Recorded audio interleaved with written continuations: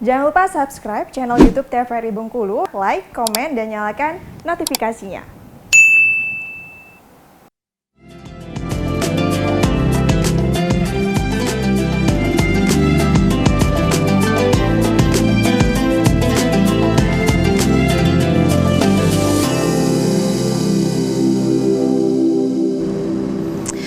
Assalamualaikum warahmatullahi wabarakatuh pemirsa. Selamat petang, senang sekali jumpa kembali bersama saya Kara Fahmi.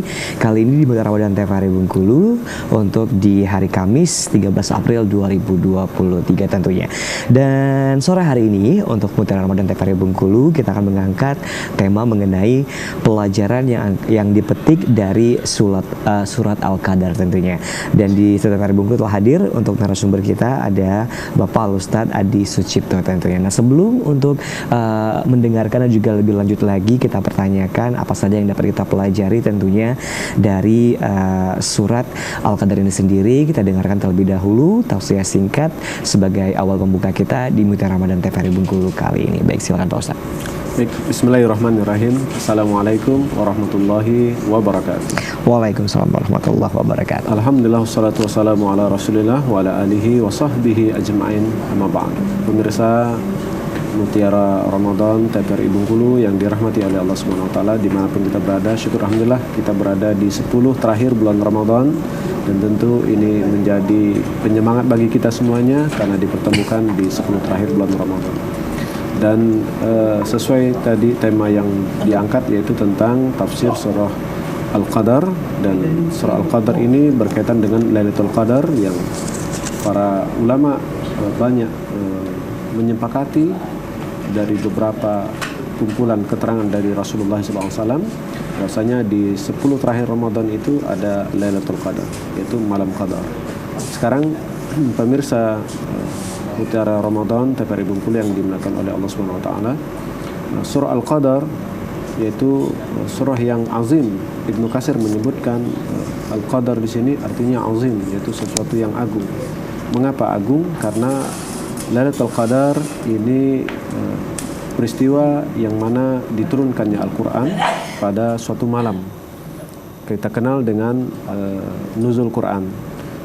Turunnya Al-Quran itu ahli tafsir menyebutkan ada dua fase turunnya Al-Quran, yaitu fase ketika dari Lauhul Mahfuz turun ke Baitul Hikmah atau Baitul Izzah ya, yaitu disebut dengan Sama'ud Dunya, langit dunia ya, artinya langit yang terdekat dengan bumi.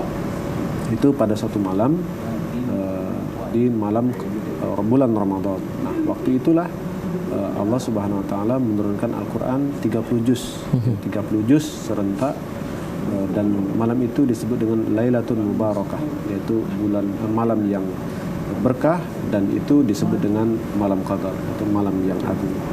Fase yang pertama 30 juz serentak. Kemudian fase yang kedua Al-Quran diturunkan juga di bulan Ramadan di malam yang ke-17, ada juga berpendapat malam ke-24 ya, ada 22, dan ini terjadi perbedaan pendapat para ulama.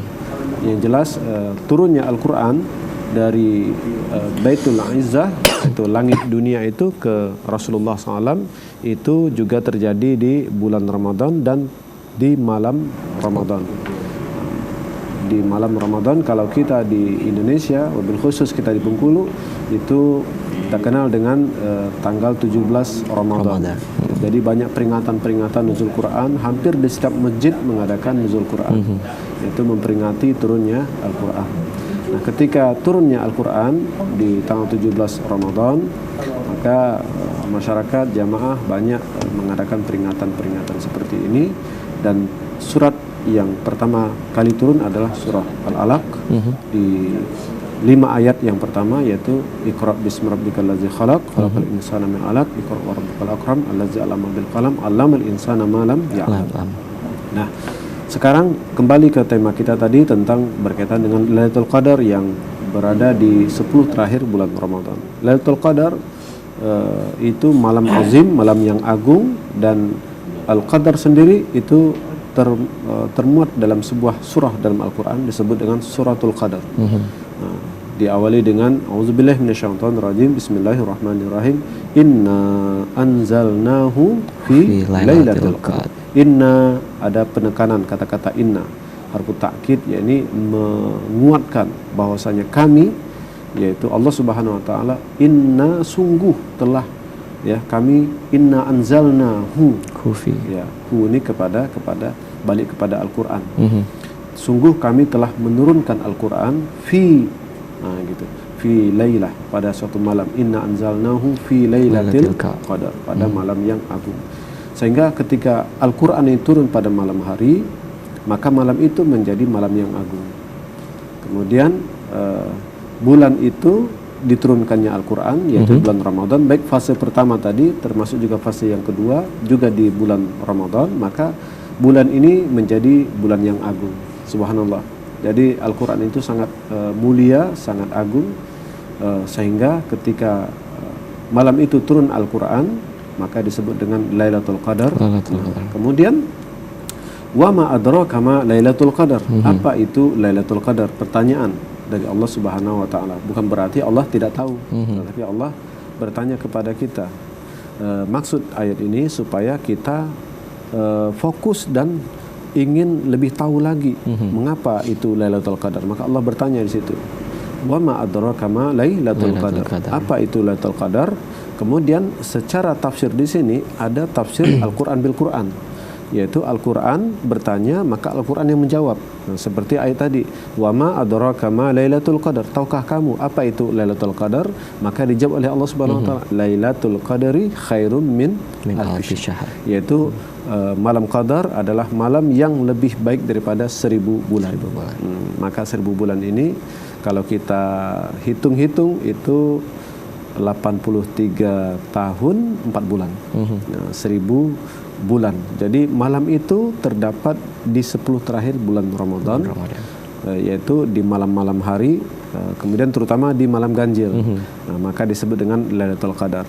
Maka Rasulullah SAW ketika beliau berkhutbah ketika menyambut bulan Ramadan juga beliau dikatakan fihi unzila fihi Lailatul Qadar, diturunkan di dalamnya adalah malam qadar. Dan malam qadar itu malam yang agung.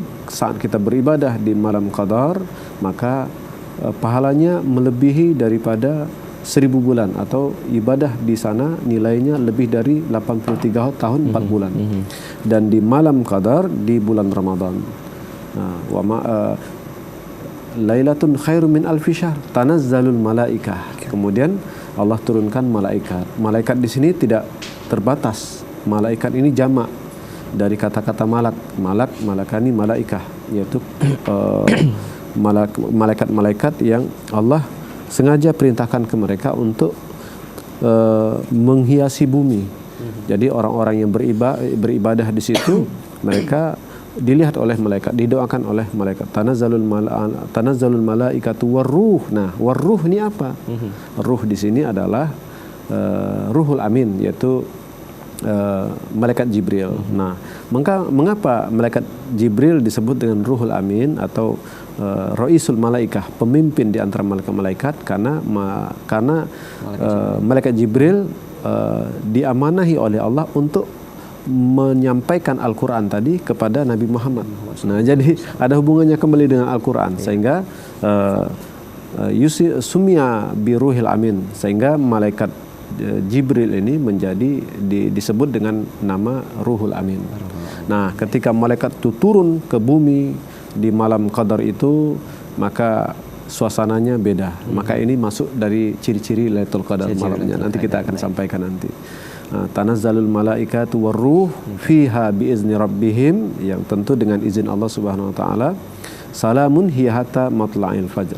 Keselamatannya, ketenangannya, kebahagiaannya itu sampai terbit fajar. Oke, Pak Ustaz. Baik, kita akan kembali tentunya untuk penjelasan dari ayat-ayat surat Al-Qadar yang tadi dibacakan oleh Pak Ustaz tentunya. Baik, pemirsa di rumah, kita akan lanjutkan kembali untuk Mutiara Ramadan TVRI Bengkulu. Tetap bersama kami di Mutiara Ramadan TVRI Bengkulu.